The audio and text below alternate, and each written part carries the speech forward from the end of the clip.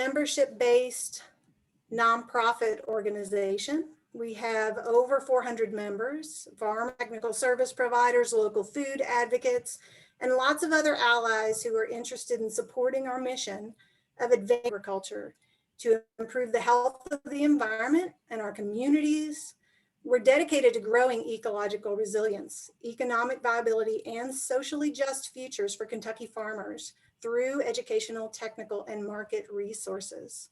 Through these farmer field days, we do a lot of that. We develop these events based on the request and feedback from our farmer members and our community. So please provide that feedback, whether at the survey at the end, in the chat, or reaching out to us directly.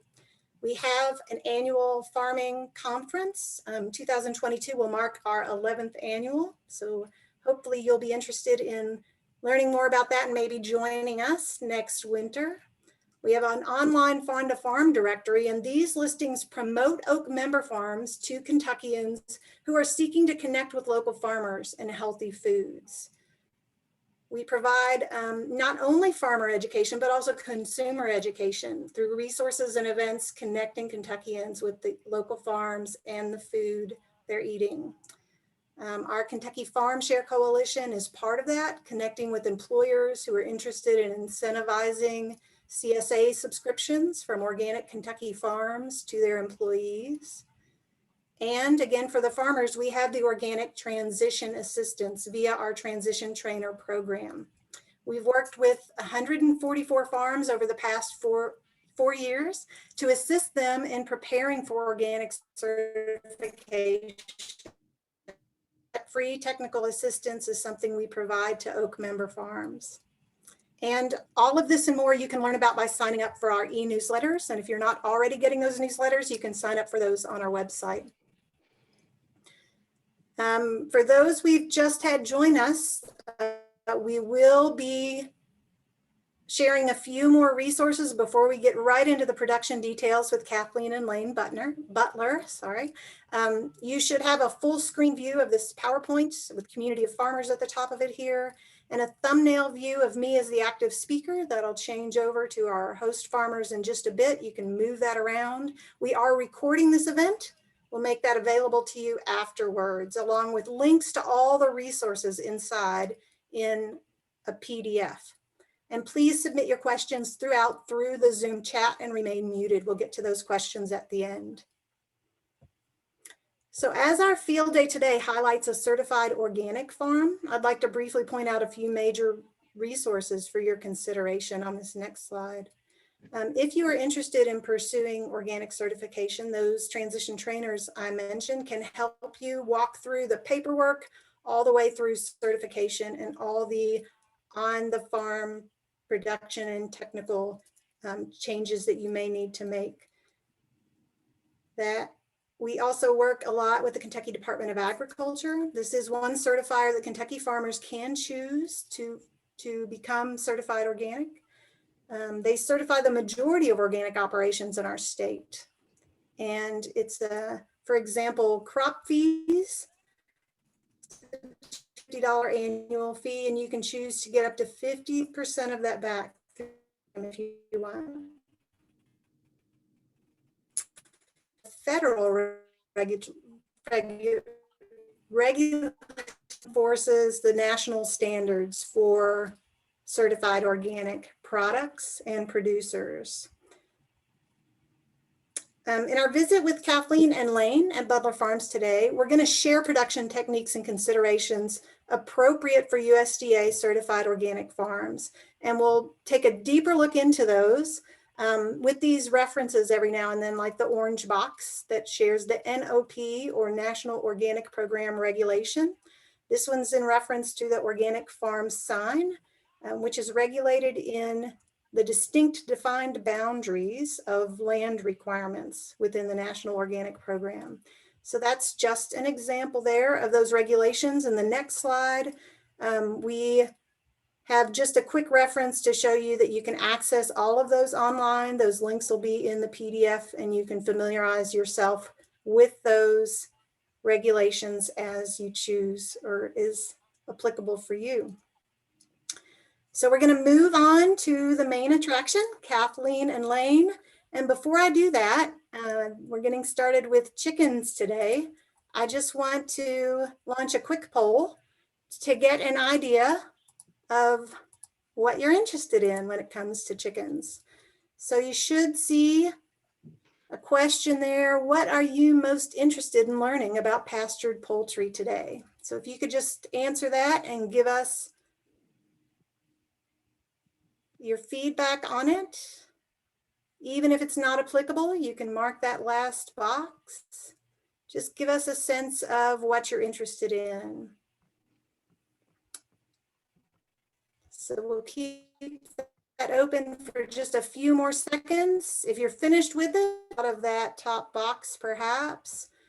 I'm in 3, 2, 1. All right, it looks like we've got a bunch of folks who are here for the hemp or not interested in pastured poultry. Hope you guys are going to get what you need today. Put it in the chat if it's not one of these. We're glad you're here. And you can X out of that box. I'm gonna hand the mic over to the main event, who you really came to hear from today, Kathleen and Lane Butler. Thank you guys very much for being with us here today. Hello, everyone. It's all. We're going to go over our farm briefly, just what to expect. This is a top view of our farm taken several years ago, possibly 8, 9. Our farm is in the shape of Alabama there. So if you can see it, kind of got a small square at the bottom and expands out. And we've got a creek on the east side and 2 ponds there. We're based in Paris, which is in Bourbon County. We have 95 acres total, with about 85 in organic certification. We're going to be talking today about how we put out 40 acres of hemp for fiber for Patagonia, where our 5,000 pastured chickens go on this property, and just some insight and some advice for any farmers out there that are interested in these things. It talks about what we've done on this slide in the past. A lot of people are interested in, Lane and I did not grow up as farmers, so they are wondering how we've achieved this success. So we're going to talk a little bit about that. And but we've only been doing this gig since 2016. So we're one of the largest pastured poultry producers in our state now, and we started out growing 15 acres of hemp for Patagonia, and this year we are doing 40. So Lane and I both work off the farm. We try really hard not to be in debt, and we are the only farm staff. On the next slide, we're going to get started in what we do for chickens. So if you are here for the hemp, I'm going to be talking about that here in a little bit, but we're going to start with chickens. So Lane is our expert chicken farmer, and he's going to talk a little bit more about what he does. Okay. So this slide just shows kind of an overview of our pastured poultry production. You'll probably know a lot of these if you're into pastured poultry, but these are kind of just the main facts and what we do. The season is from March until October. With pastured poultry, you can't really run these in the winter, so you have the winter off.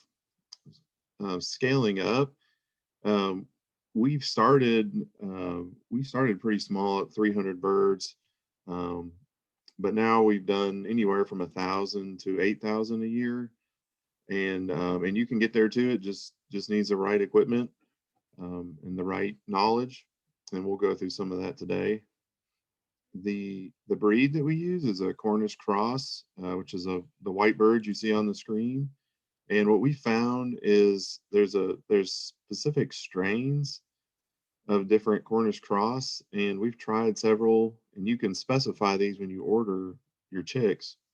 But we like the Ross 708, and we've noticed that they are a really aggressive breed for the grass. They graze really well, and it seems like they're really lively. We get these from Welp's Hatchery in Iowa, and just ship through the mail like you typically would. And also we get our feed locally from Sunny Pastures in Salvisa, and it's just a custom feed mix with a Fertrell nutrition in there. We can go to the next slide onto the brooder.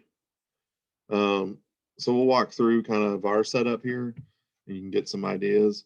This is our current brooder setup, and we've tried many different other brooders. We've tried a small, just essentially a wooden box. We started off with that, and it worked pretty well. It was pretty much just, you know, a box with a lid on the top, and we had heat lamps in there. And that worked for a small amount of birds, but we knew we had to scale up.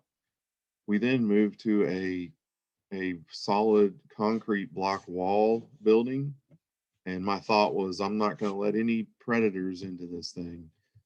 But I also did not allow for any airflow. So we found that airflow is really important in the brooder, probably more important than you know, heat or anything like that. You've got to have airflow.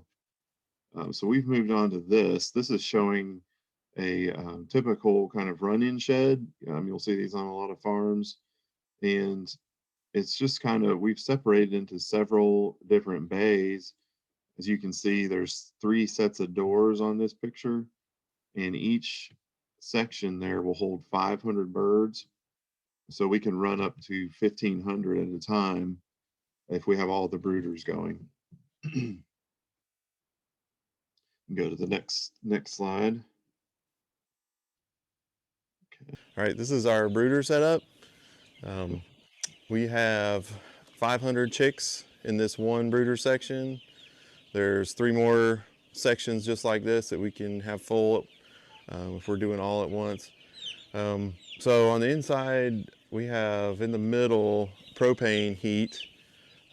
We found that's just the best, you know, for the springtime when it's cold in the morning. You know, you don't have to mess around with heat lamps. We've got a lot better results from propane. Next, we've got these automatic bell waterers. So again, it's just automatic. Another thing that we don't have to do every day. And the same style feeders that we use on the field. And when I first start them, I start them out on just trays of feed, just like a, you know, a metal tray or a plastic tray, so that there's feed really easily.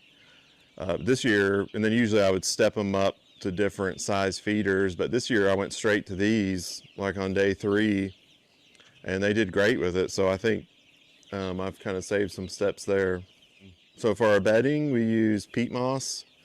So it's all peat moss, and just kind of every once in a while I'll go through there and kind of mix it up.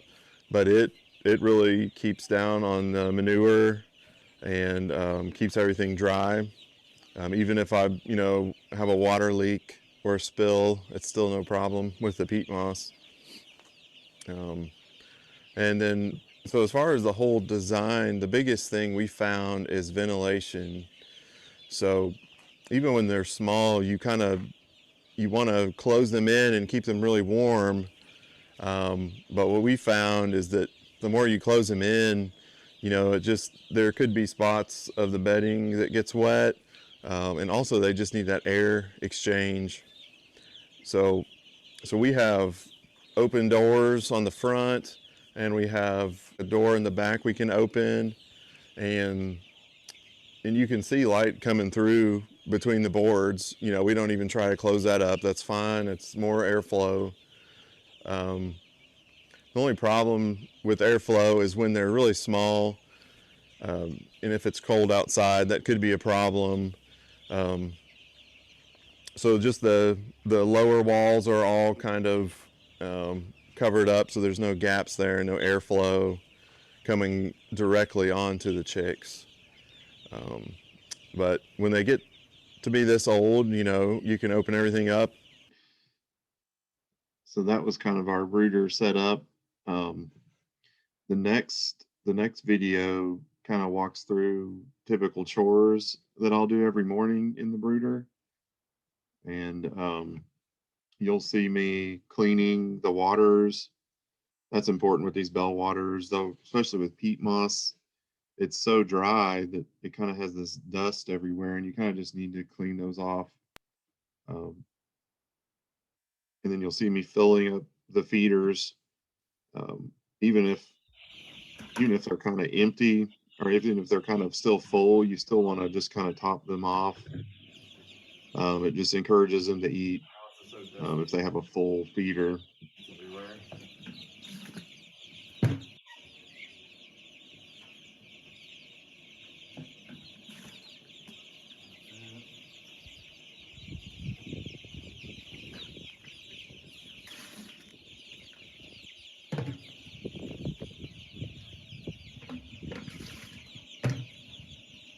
So probably in the morning, it probably takes me, I don't know, 10, 15 minutes to do this. It's not really labor intensive.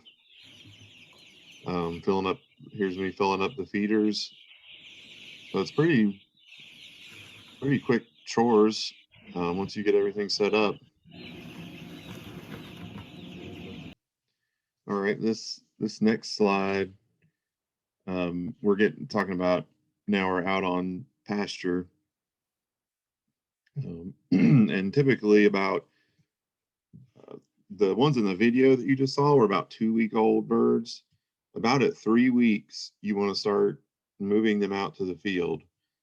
And that's real important. 3 to 4 weeks. If if there's rain or if it's really cold weather, you can wait to that 4-week mark. But like when we recently moved ours out, the weather's been great. We moved them out on the day of 3 weeks, and they did just fine. So you want to get them out there as soon as you can. You can kind of see our setup here. So we certify our pastures for the poultry, and this just lets our customers know that we're not spraying anything on the fields. We don't have any pesticides out there. It's just a real clean environment. And we also kind of just rotate these around our farm. You'll see the grass will grow like crazy behind these chickens, so you're getting a lot of nutrients down. Okay, this is showing kind of a comparison of our shelters. In the back, you'll see the big hoop shelters, which is what we use now. They're 14 feet by 24 feet long. And a guy down in Florida really helped me out. His farm is called Pastured Life. And you can go on his website, and he has lots of pictures of these. I called him several times, and he was very helpful. So you can definitely reach out to them as a contact. But we bought like a typical greenhouse kit from Martin's, and these are kind of about $2,500 to build. So it's a little bit more upfront investment, but the labor savings and just kind of the openness that you get here. These do a lot better in the hot months of summer than the Salatin shelters. And you'll also see that, so the Salatin shelter there is what we've been running for several years now. And those do fine. And when you get really good at it, you can still run quite a bit of birds. We were at one point, we had probably over 20 shelters at once going. And I had another guy with me, and it took us about an hour to move all those. So you can do it with those smaller shelters. That's kind of the best way to start out. You can read about those in any of Joel Salatin's books, and he has a pretty good detail how to build those. Here's a video kind of walking through these movable hoop shelters. We do move these every day. Same thing as the Salatin shelters, except I'm moving it with a gator instead of pulling it, so it's a little bit easier to do every day. These are our 14 by 24 pasture shelters. These hold 250 chickens each, and we move them daily. First, I mean, we've got these two big doors on either side so you can get in and out easily. They're mostly covered with some opening on the sides for airflow. It's real important during the summer for chickens is having good airflow. Another thing that we have pretty heavy predator pressure out here. So we actually have a small line, electric line that goes around the whole shelter and is just charged with a typical fence charger, and it seems to keep everything away. I haven't had any problems with predators with this around these shelters. There's hardly any way that they can get in, but they can still spook the chickens, and that causes problems too, piling. So it's good to, have something around them. So on the inside, we have the typical bell waterers that you'd see in shelters. They're just a gravity automatic system, and we hook into city water. So up here, I just have a connection hook into a city water hose, and I just have hoses across the ceiling, drop down to each one, just automatically waters them. Seems to work pretty well in the summer. Haven't had any problems with that. These are the feeders that we use. These are just 6-inch PVC with the top third cut out, and then you just put these caps on the end, and we use this just metal bar for the handle and just zip tie it in. It's fine, and they're really lightweight, easy to clean. The overview. I think our next slide will show a little bit of some of the details on each of the features of these things. And again, these are a typical greenhouse kit.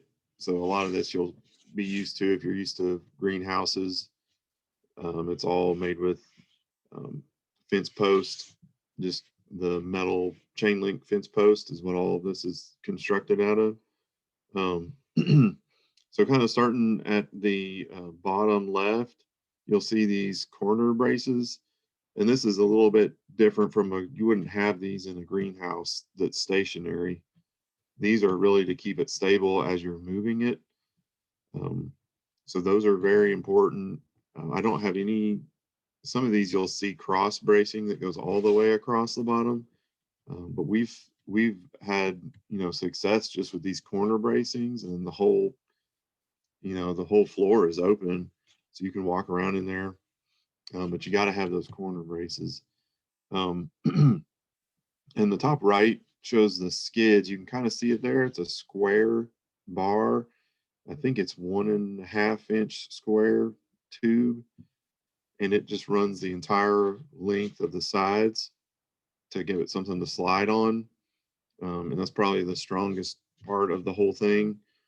And but they are still kind of small enough where they can flex around the ground if there's any bumps. The bottom right, you'll see kind of the end of the skid. There's just a little bent piece of metal to kind of help it bump over grass or anything else. And you also see I just have a little ratchet strap hooked in to a connection there, and that's how I pull the whole thing. You want those kind of as low as possible, so you're kind of pulling from close to the ground as you can.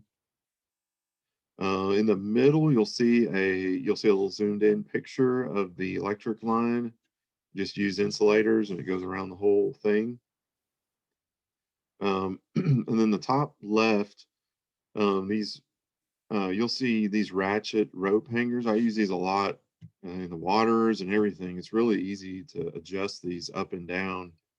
You can get these just on Amazon if you search for ratchet rope hanger. And you can find those. They're pretty cheap, and they're just so much easier to adjusting things than those little red things you get with the bell waters. You'll know exactly what I'm talking about if you have those. Kind of the top left shows a divider wall, and this helps me move the chickens. I kind of lower this wall down, and shoo all the chickens to the front. And that way I can easily move it, just one person. Now I can walk you through the steps to take to move these shelters to get it ready to move. First, I hook up the feeders to the front so they're not getting stuck on the back. I just have some bent wire here to kind of hook into this front chicken wire. And next I'll put down these dividers.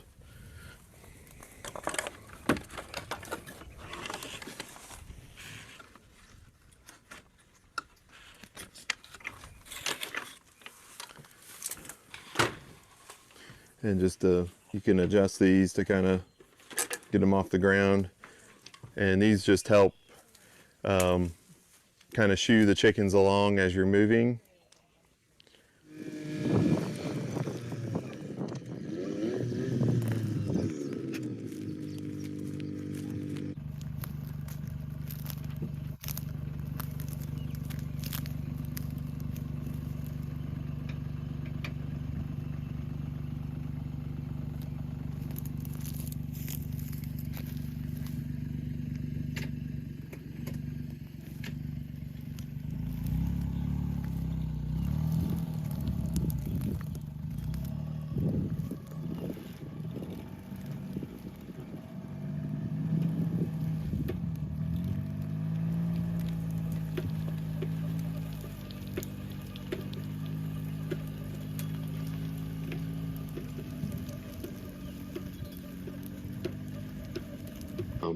It's a little bit slower when you actually have the chickens in there. You want to kind of inch it forward a little bit slower, make sure everybody's moving along.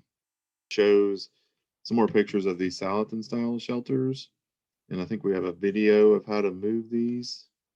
These are still a great option to get started. And you know, we've had a lot of luck with these. These have been great. You'll see I'll use a dolly to move this. And it's kind of the hardest part of the whole setup is to get one of these dollies. But if you can find someone that welds, you can have them make up one of these for you. And then Joel's books actually show you all the dimensions to these things and how to make these dollies.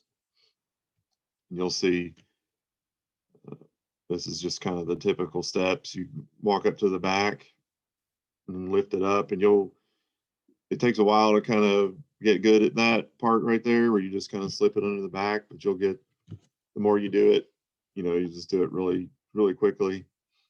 And then you just kind of lean back and pull the shelter, and then come back to the back end and kind of set it all down. You have done that a while. I mean, you can move these things in, you know, as little as 30 seconds to a minute, and then just go on to your next shelter. So yeah, the next video, I'll kind of just talk a little bit about the shelters themselves.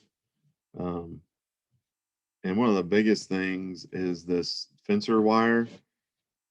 So make sure you take a look at that. It's a square wire.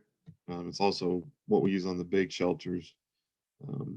But that is a must for predator protection. And yeah, a lot of these we are getting rid of a lot of these. And we're moving on to the big shelters.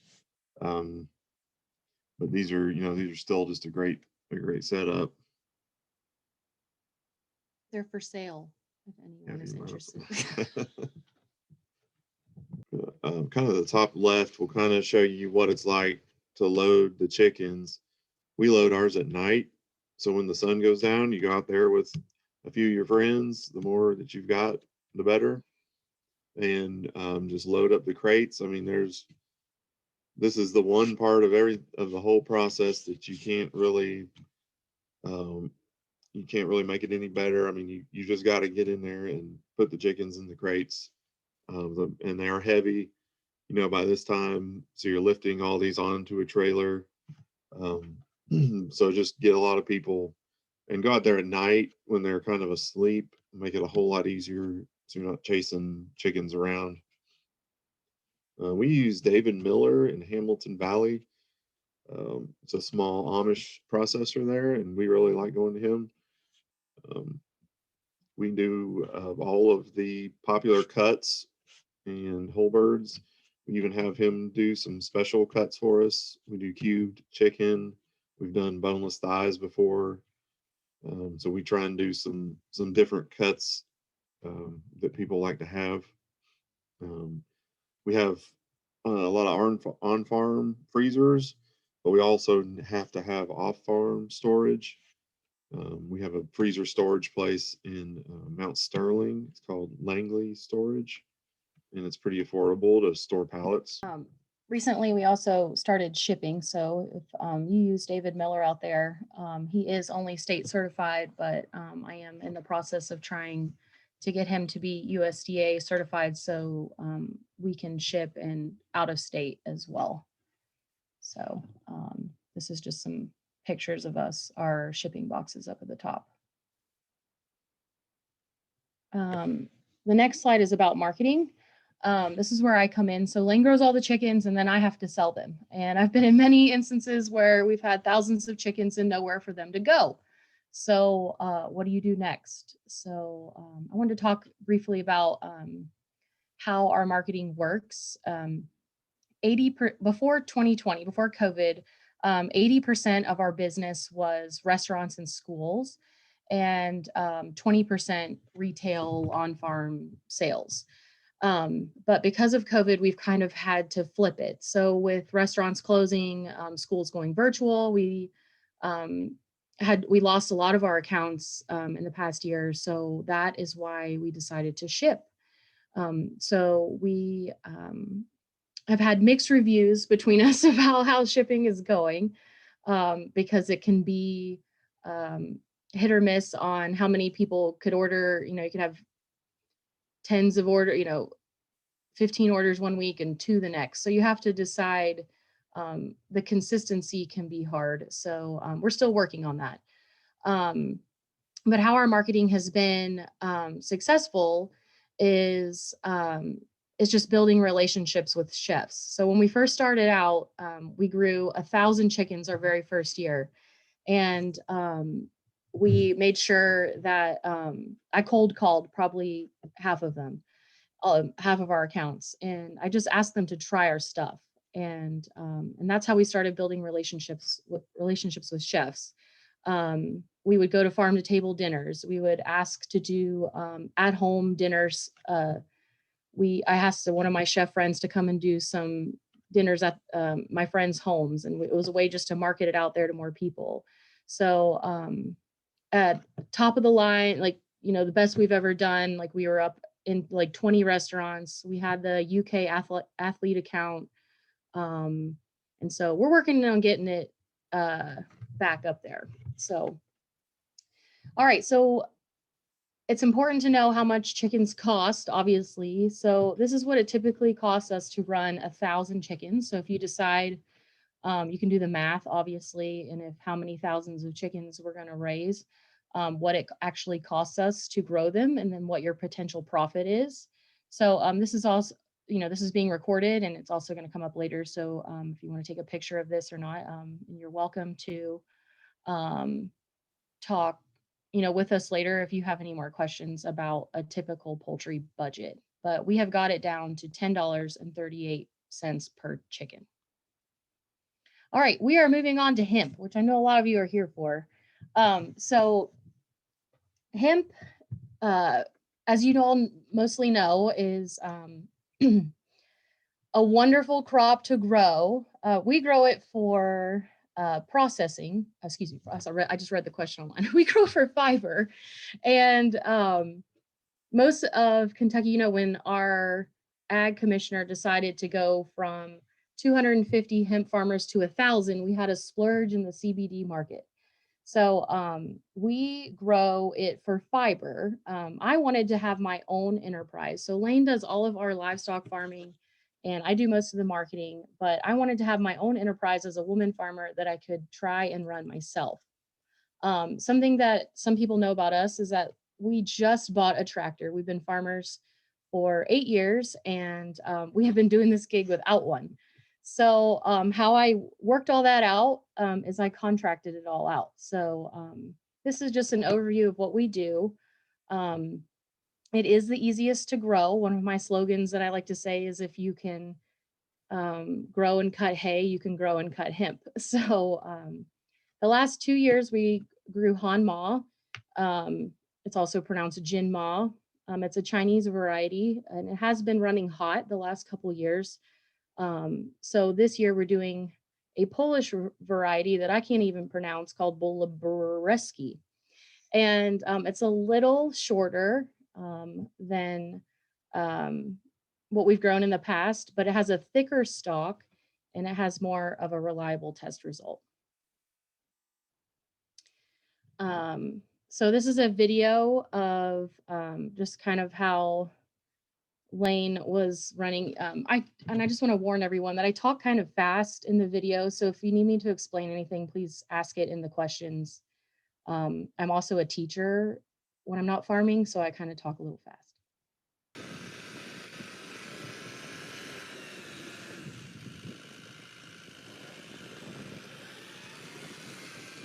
This year, we're growing 40 acres of certified organic hemp for Patagonia. And I was going to talk about the process of how we start from seed all the way to cutting the product at the end.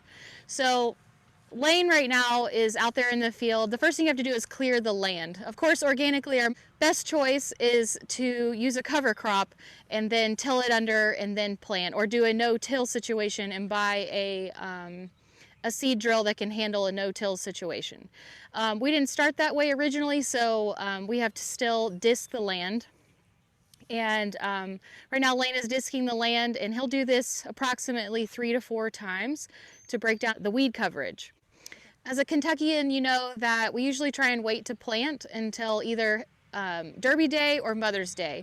So here we are about that, right around that time, and this helps hemp fiber because we're trying to catch up with the weeds. The later we've planted, then we know that the weeds catch up to us because of the heat. So make sure that you're planting early enough after that last frost. After you use your grain drill, the hemp will start to germinate, and it usually takes about 2 weeks before it's about an inch, inch and a half out of the ground. And what's great about growing hemp fiber is then you're done until it's ready to cut. So I always say, if you can cut and grow hay, then you can cut and grow hemp. So this year, it is my #1 goal to plant a cover crop in the fall, and we are going to make the best soil possible out here at Butler Farms.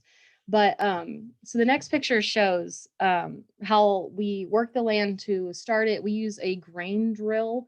You have to find the settings on your grain drill of what a typical, like you have to find the width of the seed.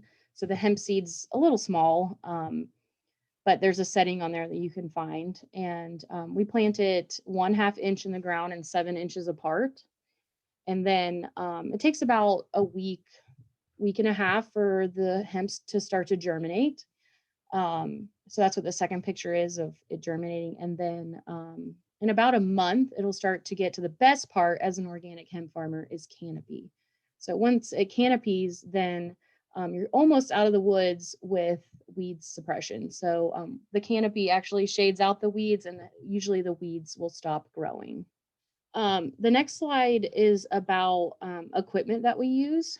So like I said before about us not wanting to be in farm debt, we have accumulated a lot of this equipment through the last three years, and then some of it I still contract out. So when we first started, we contracted everything out. I just knew, if you've watched my Patagonia video on YouTube, then you know that, we hired a couple farmers to help us do different stages. And the farmers in our area, they welcome the work. So I was, just building those relationships again with other farmers in our area. But you need the grain drill, but even just this past year, we just planted last week. We rented it from our extension office. Yay. Thank you, extension agents. And then we bought a disc this year, but we contracted that out for the last 2 years. And then when you this year we also, we got our last year as the KSU Small Farmer Grant. We were able to get a chain harrow, and we're also going to buy a hay spear to help us when we load for transport. But the chain harrow helped level the soil a little bit more before planting. That's something that we've never done before, but our fields looked really crisp before we used the grain drill. And then once you cut it, the best thing to use is a sickle bar mower, like old school. We bought that 2 years ago. Somebody had turned it into our meads, and we like got it on the spot. But most people don't use them anymore. So if you can find one locally. And then the next thing you need, so once you cut it, you do the whole retting process, which can take anywhere. I do have one more video that talks about that here in a minute, but you need this rotary rake to help move it around because you're just trying to expose it to the sun to dry out as much as possible. And then you need a silage baler to pick it up, and you have to remove certain teeth. We do still contract that out because silage balers are expensive, and they, cost around $60K. So I still contract that out, and I can pass along his name and number if anybody wants it at the end. So there's one more video about the whole cutting and retting process. Actually, quick question, Kathleen. Can you explain what running hot is when you were talking about the varieties earlier? Yes. So we have to stay, did it pass? I can't remember. The 1% of THC in hemp, but it was like 0.03%. And so if it's running hot, it means that it's running past the number that's applicable to hemp. So they were trying to just pass it a little bit ago. I know I saw Laura up in here in this, maybe she knows, but they were trying to get hemp up to 1% THC. When you plant at the beginning of May, you should expect to cut at the end of August. You're looking for approximately 20% of the field to have that male flower blooming. Once you have the male flower blooming, then you're also going to go check that female flower. So the great thing about growing hemp is you don't have to worry about male and female exposure, that they're going to grow together right along together.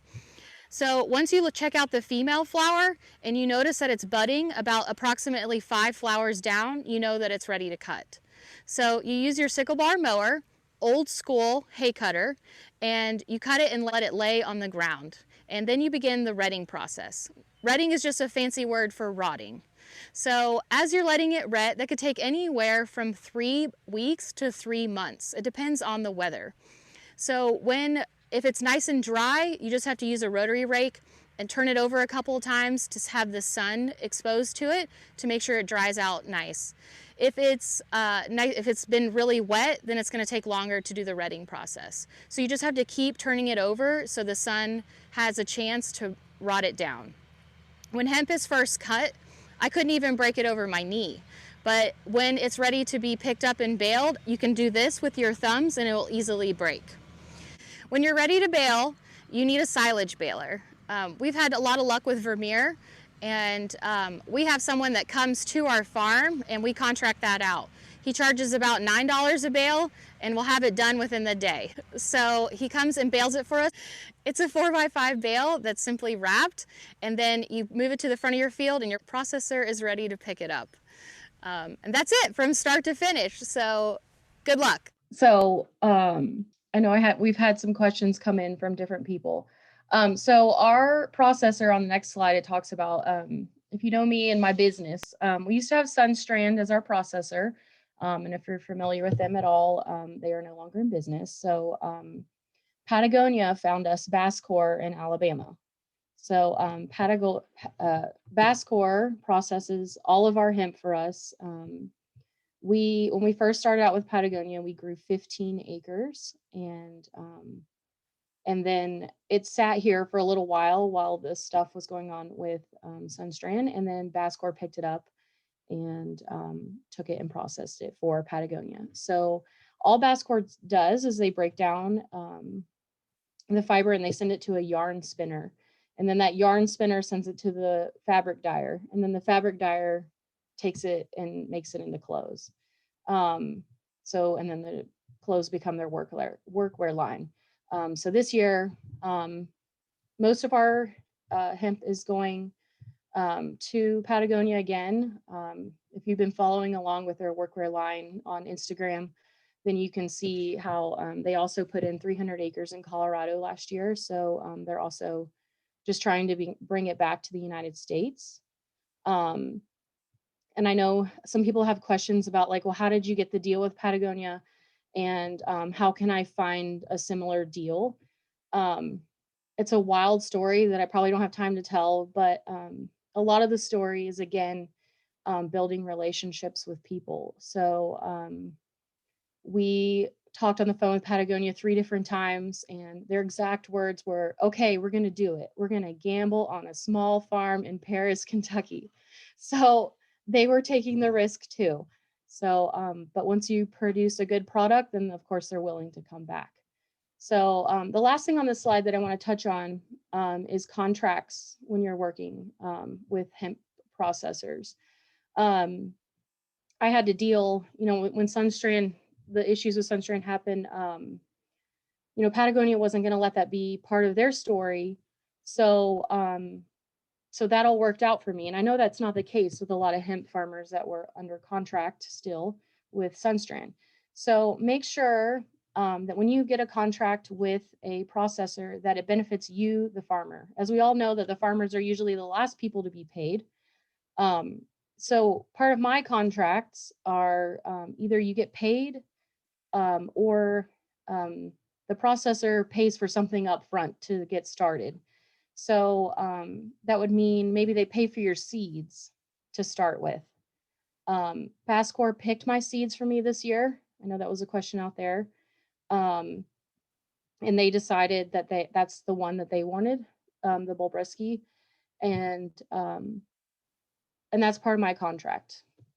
And then you might want to get payments at germination, canopy, and then you're not stuck at the end without getting paid like some farmers have been in the past. So the next slide goes to our budget.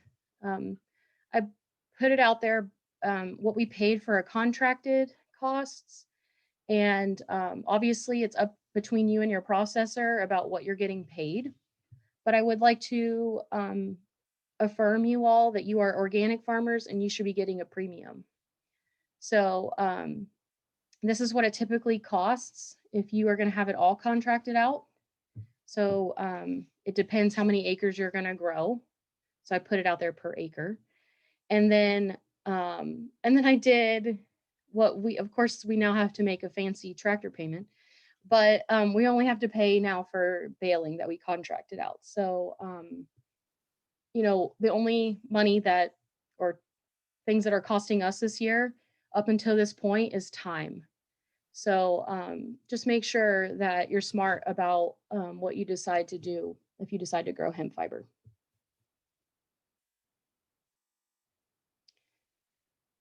So the last thing, I've hit on it a few times, is just building relationships with other farmers in your area. When we first started out, especially as poultry farmers, we had a mentor here in our state. Now our mentor is Paul Greaves out in California, who runs Primal Pastures. So as we scaled up, we needed a mentor that also was familiar with scaling up. We also help if we ever need help with marketing or anything. We use AgriLife Marketing, and she is one of our old interns, Alexis Smith. She is great at marketing and knows all the ins and outs of social media. And then lastly, just paying for things. I mean, sometimes you have to let the experts do what they're good at. And, if we didn't know how to use a certain piece of equipment, of course, we're willing to learn, but we would contract out what we could, and then also renting equipment. So this year, we're on year 7. This is the first year that we're taking August off. And so that's why we're not doing pigs this year. So we're going out west on vacation. I'm so excited. So just, just stay the course out there, farmers, and let us know if you have any questions.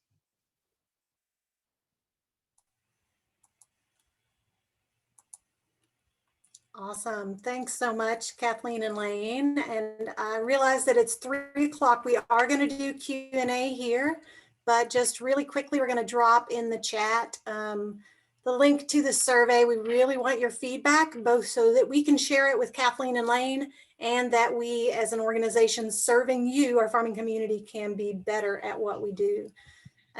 We have a bunch of resources here. I'm not going to try to even summarize them, only to say we are going to share these with you. These slides and these links will all be clickable. So a bunch of resources there for you. And we have, for those of you interested in organic, we not only have the transition trainer program for you, but on this next slide, we're going to highlight our farmer field days. One of those, our next one coming up in June, next Wednesday, is for diversified vegetable operation and moving that towards organic certification. So join us for that if you can. I'm going to bounce right back to Kathleen and Lane. If you have seen that Survey Monkey, please take that. Please drop any last questions you have in the chat. You can't stick around, watch the recording afterwards. But here we go into, we're getting lots of great presentation. Thank you, Kathleen and Lane. We have both chickens and hemp. What do you think, Kathleen and Lane? Stick with hemp and then bounce back to chickens, or should we go back and forth? Let's stick with hemp first. I'm on a roll. So I think you answered a couple of Candace's questions about where you're getting your hemp seed via Bascore, Patagonia. Yeah. Yes, and I think they get it from International Hemp. There you go. Who they order from. As far as retting, have you ever considered tank retting? I've never heard of that. All right, maybe something to look up. Yes. And I think, Candace, I hope your question was addressed earlier about why they choose hemp over flax, pretty much that contract with Patagonia, right? Yes, and I'm not familiar, does flax ret, or I'm not as familiar with flax. I know that something that we also chose hemp is because during that retting process, it puts 70 to 80% of the nutrients back into the soil.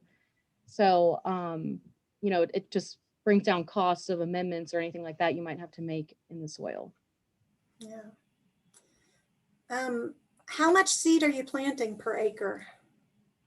Typically organic farmers need to plant anywhere from 60 to 70 pounds per acre, because that helps with the weed suppression. Most conventional farmers plant about 50 pounds per acre. Okay. And how many round bales are you getting out of that acre? You should get 7 to 8 bales, 4x5s, and they should average around 700 to 800 pounds each. All right, nice. Have you had problems with animals eating the hemp plants, deer or any other? No, but it does attract a lot of quail. Something that the KDA brought up this year is we're letting them come quail hunt in the fall, and they pay you per acre. So it's another reason to grow hemp, is you can earn your money back from letting people come and hunt on your property.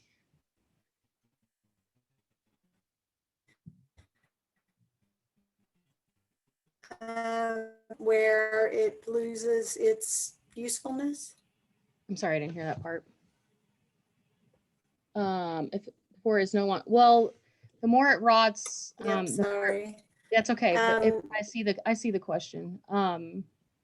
Yes, the retting process, if it's broken down too much, like it just breaks apart, like it's yeah, the fiber quality goes down, and also I don't want to say like unbaleable, is that the word?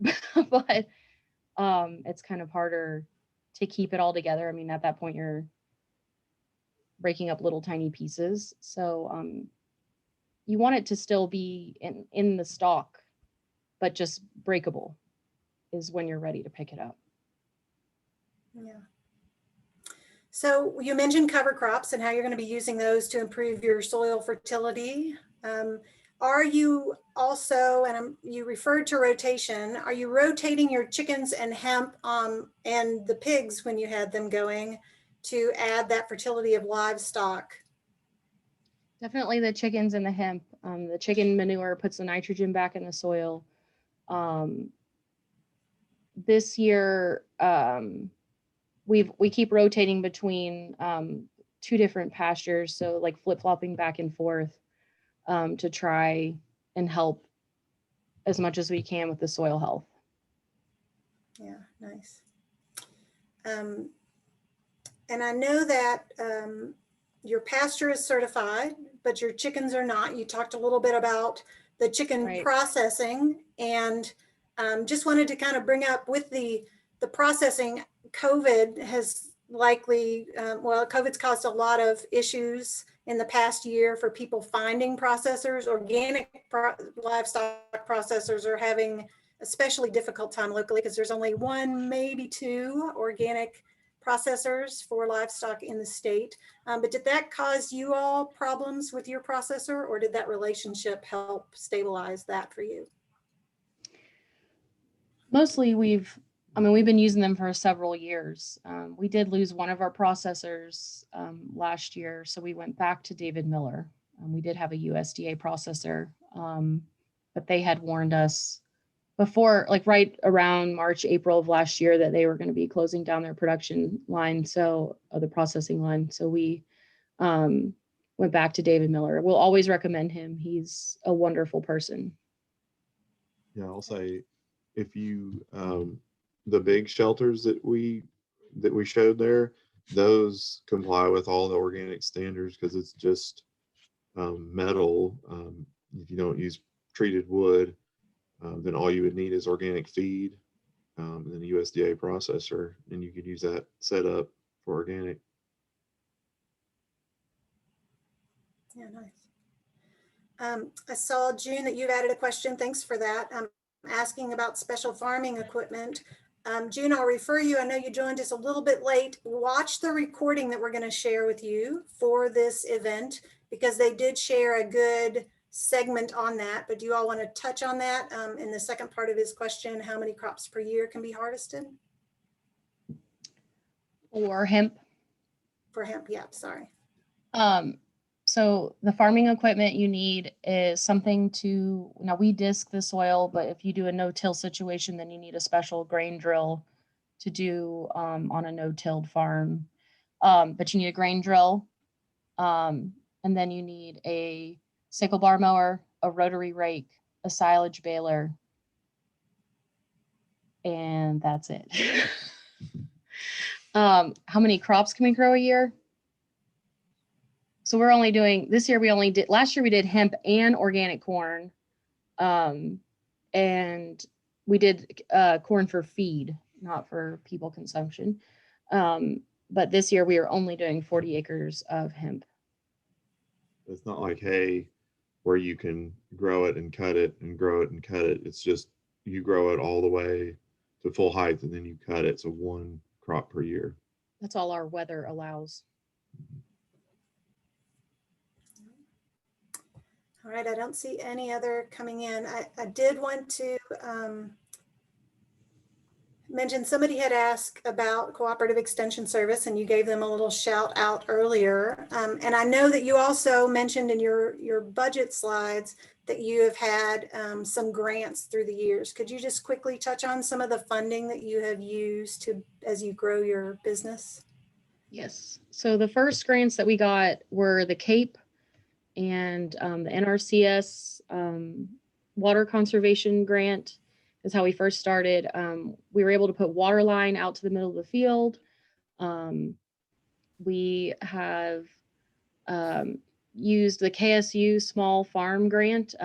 It's a value added grant, and because you are certified organic, that already makes you value added. So this is our last year. You can get that for 3 years. And that's helped us buy several pieces of our hemp equipment through the years. And then the big one that we got last year is we got the value added producer grant through the USDA. So that's for 3 years.